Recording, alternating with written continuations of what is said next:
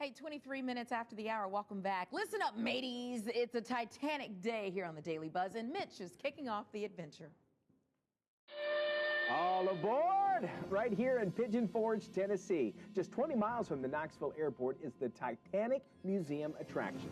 There's over 400 artifacts in this exhibit, and there's 11 million people that come to the Great Smoky Mountains National Park every year, and 100,000 of them come through this exhibit every month.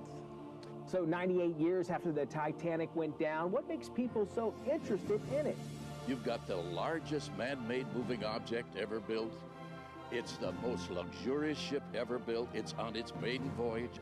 The wealthiest people in the world and the poorest people all coming together in one climactic moment. And I think that probably 100 years from now, people will still be lining up to hear and to see information about the Titanic. Now, one of the coolest things here is that every visitor is given a boarding pass of one of the 2,200 people and crew on that fateful maiden voyage. This way, you could follow their footsteps through more than 20 rooms and 400 artifacts that tells the story of the Titanic. If you were a third-class passenger, you'd be staying in this type of room. Talk about cabin fever. But if you were lucky enough to be a first-class passenger, this would be your lounge in a suite that has 6 or 7 rooms. Oh, you might have seen this lounge before because James Cameron modeled it exactly from here for his film. And speaking of modeling, the air temperature on that fateful night was 32 degrees. I'm out here on the promenade deck, and it's pretty cold. Next to me is an iceberg.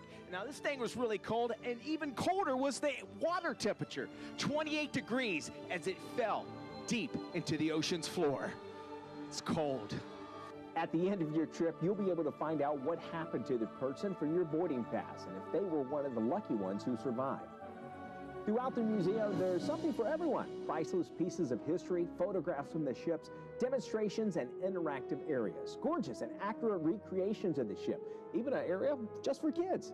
Can't think of a better way to honor the ship and its passengers. But of course, no trip to the Titanic Museum would be complete without this. I'm king of the Pigeon Forge! Every night in my dreams, I see you, I feel. And you talk about a cool place. It's got so much artifacts. We want to also thank our friends at the Wilderness Lodge right there in the Pigeon Forge area. They provided us with some great accommodations and good stuff. Wilderness of the Smokies had such a great time there.